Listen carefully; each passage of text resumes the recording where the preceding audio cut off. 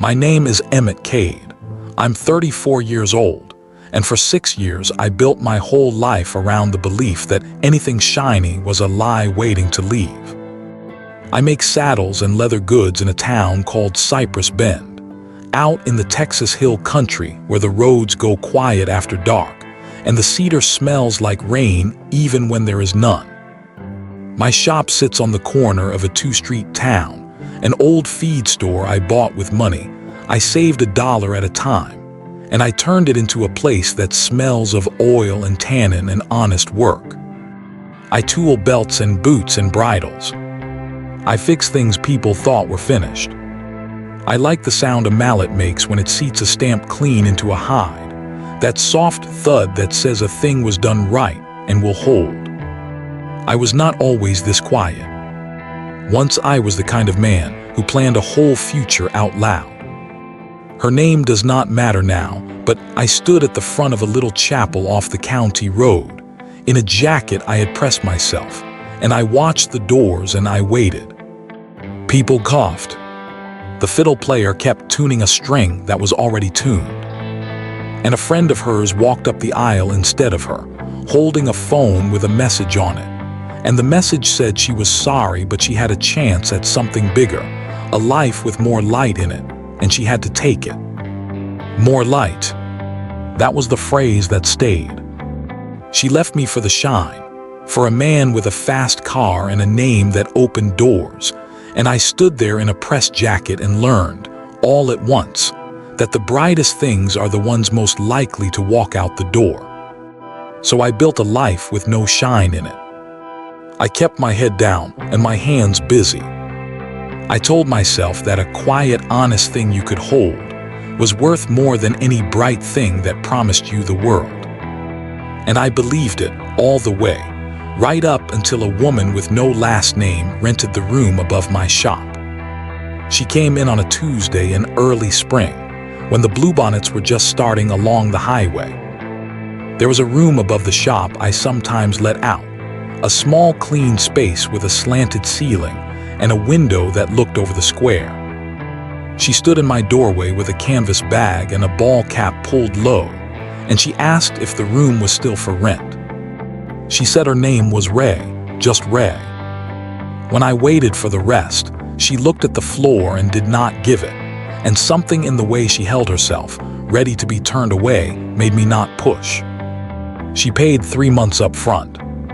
In cash, in worn bills she counted out twice. I remember thinking that was strange, and then thinking it was none of my business, and both of those things stayed true for a long time. The most famous voice in the country was standing in my leather shop, and I did not know it. I would not know it for months. And by the time I did, loving her had already cost me every safe thing I believed about shine, and given me back something I did not know I had lost. Let me tell you how she settled in, because that is where the real story lies, in the small days before I knew anything. Ray was quiet in a way that was not shy. Shy people fidget. Ray went still. She had a way of holding herself small in a room, of sitting where she could see the door, of flinching at her own reflection in the shop window like it might say her name. She wore plain shirts and that ball cap, and she kept her hair tucked up under it even on days it made no sense. For the first week I thought she was running from a bad man, and I was half right, though not in the way I imagined. She got a job 3 days after she moved in, at the little bakery on the square, working the early counter. She was good at it. People liked her because she remembered their orders and never asked them anything about themselves, which in a small town is a rare and precious kind of manners. She would walk back across the square in the afternoon with a paper sack of day-old bread, and she would leave half of it on my workbench without a word, and that was how we started. I fed her back. I am not much of a cook, but I can make a pot of chili and a pan of cornbread. And the first cold snap that spring I made too much on purpose and knocked on her door and told her I would be throwing it out otherwise, which was a lie. And she knew it was a lie, and she came down anyway. We ate at the workbench with the hides hanging around us. She asked me about the tools, not to make conversation. She actually wanted to know. So I taught her. That became the shape of our evenings. I showed her how to cut a strap clean, how to bevel an edge so it will not bite, how to wet the leather just enough to take a stamp.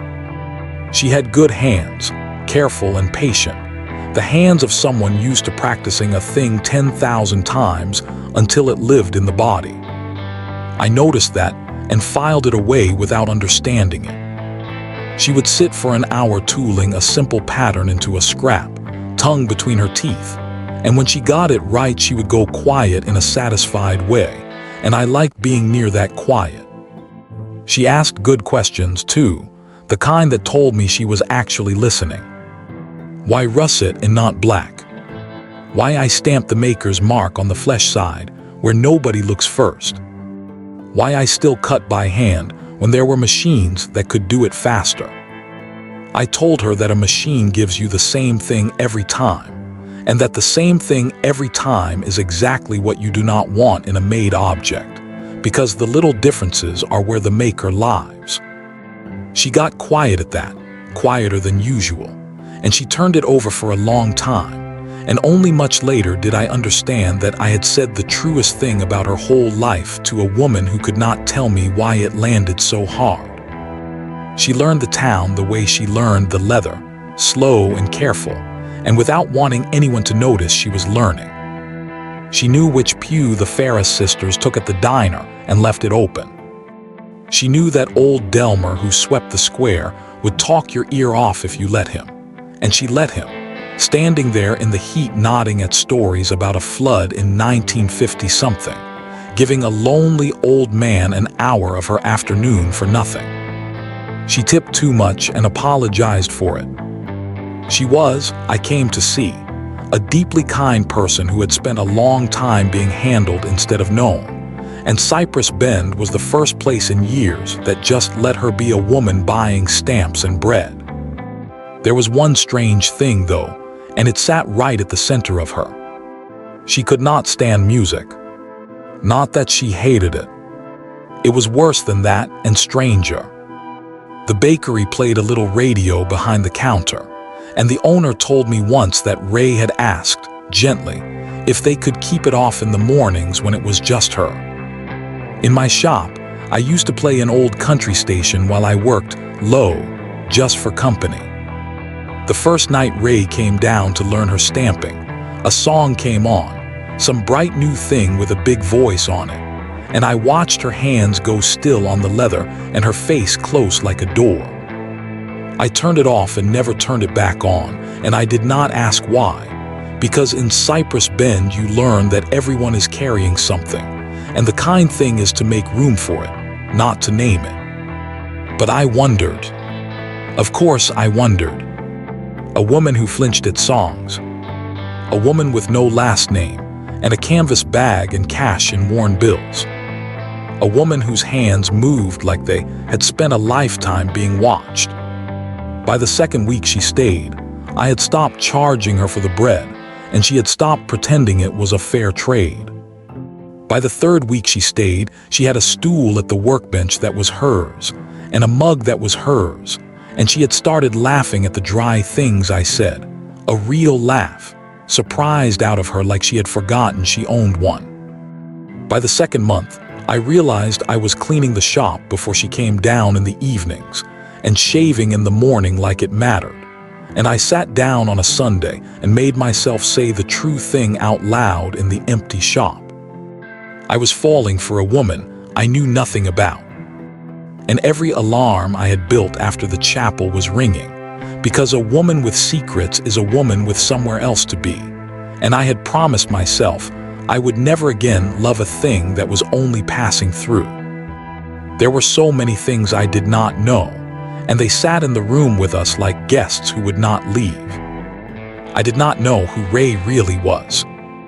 I did not know why a grown woman would live above a leather shop and count cash twice and answer to a single name. I did not know who she was hiding from, though sometimes at night I heard her pacing up there, slow, and even, the way a person walks when they are talking themselves down from something.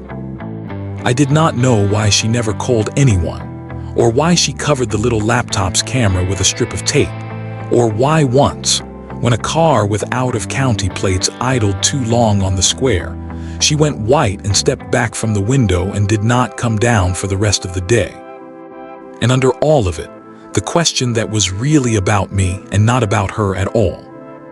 Whether I, of all men, could ever trust something that turned out to be shiny. Because I could feel it, the way you can feel weather coming. Whatever Ray was hiding, it was not small. It was not a bad marriage or a debt, or a name changed to start over quiet. There was a bigness to it, a held breath, and every instinct I had earned in that chapel told me that bigness meant leaving. Told me to protect myself. Told me to keep her at the workbench and never at the center of my chest. I did not listen. That is the whole truth of it. I looked at the way she cradled a coffee mug with both hands like it was warming more than her fingers, and I did not listen to a single alarm. That fall, before I knew anything, I made her a guitar strap. It started as nothing. She had mentioned once, careful, like she was testing whether the word was safe, that she used to play a little guitar. She said it and then watched me to see what I would do with it. And I did nothing, just nodded and kept tooling, and I felt her relax. But it stayed with me. And one slow week when the orders were caught up, I found myself pulling a piece of my best vegetable tanned hide, the good russet stuff I save for things that matter, and cutting it long and narrow. I made her a guitar strap. I did not tell her while I worked on it. I did it in the mornings before she came down, and in the late nights after she went up. I tooled a running pattern of cypress branches down the length of it, because of the town, because of her, and I lined it with a soft glove leather so it would sit easy on a shoulder. I set the hardware by hand, solid brass, the kind that outlives the person who buys it. It was the best thing I had made in years, maybe ever, because I made it for her and I was not charging anyone for it, and there was no reason to make it that good except love. And near the tail of it, where a strap sits against the body and no crowd would ever see, I tooled one small quiet mark. Not my maker's stamp. Something smaller. A tiny cypress cone, the size of a thumbnail pressed deep. My private sign that this one was hers, and that whoever made it had meant it. I did not even know then how much that little mark would come to me. I just knew I wanted one honest thing on that strap that was only between us, hidden where the world could not get at it. I gave it to her on a plain evening, wrapped in a piece of muslin, and I said something clumsy about how she had earned a proper tool. She unwrapped it at the workbench under the lamp. She ran her thumb down the cypress branches, slow, and she found the little cone at the tail without me showing her, the way you find a thing you were somehow expecting, and she pressed it with her thumb and held it there. And then this woman who went still instead of crying started crying anyway, quietly, without covering her face, and she said, "Thank you, Emmett," in a voice I had not heard her use, low and cracked and real. I did not understand, yet, why a leather strap would break a woman open like that. I understand it now. The thing I did not know is that I had just handed the most famous singer in the country, the first honest gift anyone had given her in 10 years. It came apart on an ordinary Saturday, the way the biggest things always do. The bakery held a little fundraiser on the square that fall, tables and a flatbed trailer for a stage. The volunteer fire department raising money for a new truck. There was a local band, 3 old boys who played the two-steps everybody knew, and near the end of the night their singer's voice gave out, plain wore out, and they were laughing about it and about to quit early. And somebody, one of the bakery regulars who did not know a single thing about Ray, called out for her to come up. "Come on, sing us one. Everybody sing one at these things." And Ray, who had spent months making herself small, stood at the edge of that crowd with a cup of cider in her hands, and I watched something happen in her face. I watched the door she kept closed swing halfway open. I think she was tired. I think for one night she wanted to be a person at a party and not a person in hiding. I think, most of all, she wanted to. She set down her cider and she climbed up on that flatbed trailer, and she borrowed the old boy's guitar, and she looked out at maybe 60 people she knew by their coffee orders, and she started to play. I have heard a lot of people sing. I had never heard anything like that. It was not loud. That was the thing. She sang a slow one, something sad and plain and homemade, and the whole square went quiet the way a room goes quiet when the truth walks in. It was the kind of voice that made you feel found. Grown men set down their beers. A baby stopped fussing. And I stood there at the back with my heart going sideways, because I was hearing two things at once. I was hearing the most beautiful sound I had ever stood inside of. And I was hearing that I had been a fool, because a voice like that does not belong to a woman who works an early bakery counter for cash. That was when the young couple near the front started whispering and holding up a phone. That was when I saw the girl's face go slack with recognition and heard her say the name, too loud into the quiet. Raylan Vaughn. The name went through the crowd like a current. Somebody gasped. Somebody said, "It is her. It is really her." And up on that trailer, Ray, my Ray, the woman who left half her bread on my bench and cried over a leather cone, went white and stopped playing mid-line. She looked out at all those turning faces, all that dawning, hungry recognition, and I watched the hiding come back over her like a tide, and I understood all at once everything I had refused to understand for 6 months. Raylan Vaughn. Even I knew that name, and I did not follow music. 3 of the biggest records of the decade. A voice they played in every grocery store in America. A face on the sides of buildings. The most famous woman in the country had been living above my shop, leaving me day-old bread, learning to bevel an edge, and I had made her a guitar strap for free because I thought she was nobody, and that not knowing had been the truest gift, and now it was gone. She got down off the trailer in the noise, and she found me at the back, and her eyes were begging. And every alarm I had built in that chapel 6 years ago went off at once. Because here it was. The shiny thing. The brightest thing in the whole country, standing in my 2-street town, and I already knew how this story ended, because I had stood in a pressed jacket and learned it by heart. The bright ones leave. They always leave. They leave you for more light.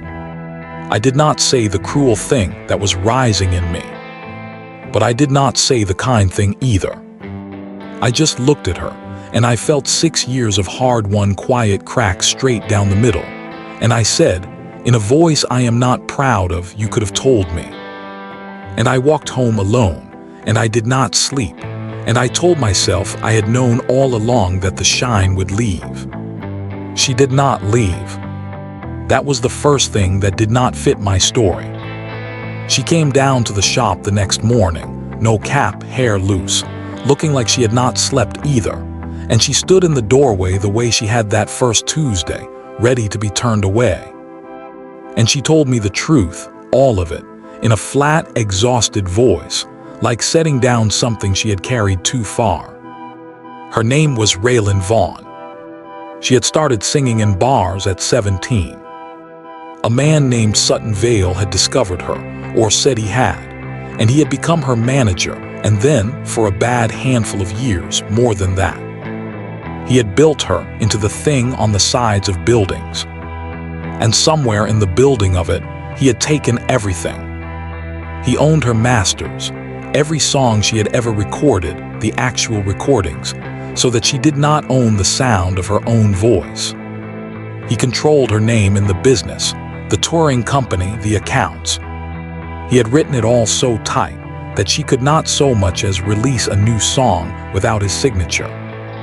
And when she had finally tried to leave him personally, he had smiled and reminded her that he was not just her ex, he was her whole career, and that she was nothing without the machine, and that the machine was him.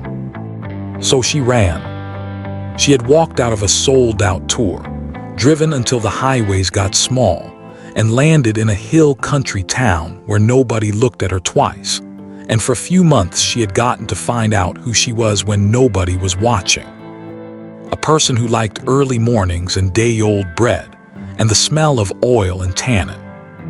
A person who could learn to tool leather. A person, she said, looking at me, who had been happier above a leather shop than she had been in 10 years of the brightest life in the country. And then Sutton Vale found her. Of course he did. A man like that has people who watch the internet. And a video of Raylan Vaughn singing on a flatbed trailer in a town nobody had heard of went exactly as far as you would think overnight. He came himself. That told me how much she was worth to him. A black car with out-of-county plates, and a man in an expensive, quiet suit who walked into my shop like he was measuring it for demolition. He did not raise his voice. Men like Sutton Vale never have to. He looked at the hides and the tools and me in my apron, and he smiled a smile with nothing behind it, and he said, "You really don't understand what she is, do you?" He said she was a $200 million voice, and that her little vacation was over. He said there was a stadium show in 3 weeks, a huge live broadcast, contractually hers to headline, and that she would be on that stage because if she was not, he would bury her in courtrooms until she was too old to sing, and he owned enough of her to do it. Then he looked at me, the leather man, the nobody, and he told me to do her a favor and let her go back to her real life, because a woman like that does not stay in a place like this, and I of all people should know what happens when the bright ones remember they are bright. He had found the exact soft spot without even trying, because that was my own fear in a stranger's mouth, that she was just another shiny thing that would remember the light and leave. And for one long night, I let his voice be louder than hers. He did not stop at me either. Over the next days, I learned what a man like that could do to a small town when he wanted a woman to feel there was nowhere left to hide. There were calls to the bakery owner, quiet ones, about liability and about the kind of attention a business did not want. There were 2 more black cars on the square, men with cameras who were not from around here, standing on the courthouse steps like they owned them. Somebody offered the flatbed kid who had lent Ray his guitar a frankly stupid amount of money for the phone video he had taken, and the boy, to his everlasting credit, told them where they could put it. Sutton Vale was not trying to win an argument. He was trying to make Cypress Bend feel like a trap closing, so that the biggest life in the country would look like a rescue. I watched Ray shrink a little more each day under it, watched the hunted look come back into her shoulders, and I hated him with a clean, cold hatred I had not felt since the chapel. And the worst of it was that a part of me, the scarred part, the part that had waited in a pressed jacket, kept whispering that Sutton was right, that she belonged out there with the lights and the cameras and the men in quiet suits, and that I was a fool in an apron who had let himself forget the one thing he swore he would never forget. I did not sleep much that week. I sat in the dark shop and ran my thumb over the tools and argued with a ghost. But in the morning, I did the thing I had learned at a workbench and not in a chapel. I looked at the actual object in front of me instead of the story in my head. And the object was this: a woman who had run from the biggest life in the country and been happiest leaving me bread. A woman who had cried over a leather comb because it was the first thing anyone had given her without wanting the machine. That is not a woman chasing the light. That is a woman drowning in it, reaching for something real. And I had almost let a man in an expensive suit convince me to push her back under. So I did not push her toward the stage or away from it. I told her the truth, which was that I did not care whether she was a bakery counter girl or the most famous voice alive, that I had fallen for the woman at the workbench, and that woman was real no matter what her last name turned out to be. And I told her the choice about the stage was hers, not Sutton's and not mine, and that whatever she chose, I was not going anywhere. And I gave her back the strap, which she had left in my shop the night it all broke, and I told her it was hers to do anything with. Or nothing. The stadium show was 3 weeks out. She did not tell me what she was going to do. She stopped sleeping above the shop and stayed instead, some nights, at the workbench until dawn, a legal pad in front of her, on the phone in a low, hard voice with people I could tell were lawyers. She had gone somewhere inside herself that I could not follow, and I let her, and I kept the coffee coming. The night before the broadcast, she came down and sat on her stool and took my hand, and she said, "I need you to watch it. Whatever happens, promise me you'll watch." And she took the strap off the wall where I had hung it, and she wrapped it in the muslin again, and she left before dawn in a car Sutton sent, and I did not know if I would ever see her again. I watched it on the old television in the shop, alone, with the tools quiet around me. 50,000 people in a stadium, and cameras carrying it to millions more. Lights like a second sky. And Sutton Vale had built the whole thing to be his victory, the runaway brought to heel, the machine humming again. The announcer said her name the way you announce a possession. And Raylan Vaughn walked out onto that enormous stage in front of the whole roaring world, and she was wearing my strap. I knew it before the cameras got close. I knew the shape of it, the russet color, the run of cypress branches down its length. She had a guitar slung on the best thing I ever made, on a stadium stage in front of 50,000 people, and I sat down slow in my own shop because my legs had stopped working right. She did not play the set list. That was the first thing that told me what was coming. The band started into one of her big hits, the machine-made ones, and she lifted a hand and stopped them, and the stadium went strange and quiet, 50,000 people, and all those millions leaning in. And she stepped to the front of the stage, alone on my strap, and she told the truth into the biggest microphone in the country. She said her name, her real name, and she said that for 10 years a man named Sutton Vale had owned it. She said he owned her recordings, her voice, the songs she wrote as a girl, that she had signed them away before she was old enough to know what she was signing, and that he had used them to keep her caged. She said it plainly, with the receipts, with dates and dollar figures her lawyers had spent 3 weeks nailing down, in front of a live broadcast he could not cut, because a man that arrogant had never imagined she would use his own stage to say it. I watched the cameras find Sutton Vale at the side of that stage, and I watched his empty smile finally fall off his face, because there is no lawsuit that outruns 50,000 witnesses and a truth said out loud. And then she said the other thing.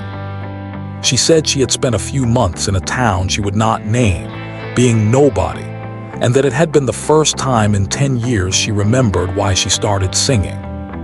She said a man there had made her a guitar strap without knowing who she was, and had tooled a small mark into it where no one would ever see, and that she had worn it tonight so that she would remember, in front of all those lights, which things were real.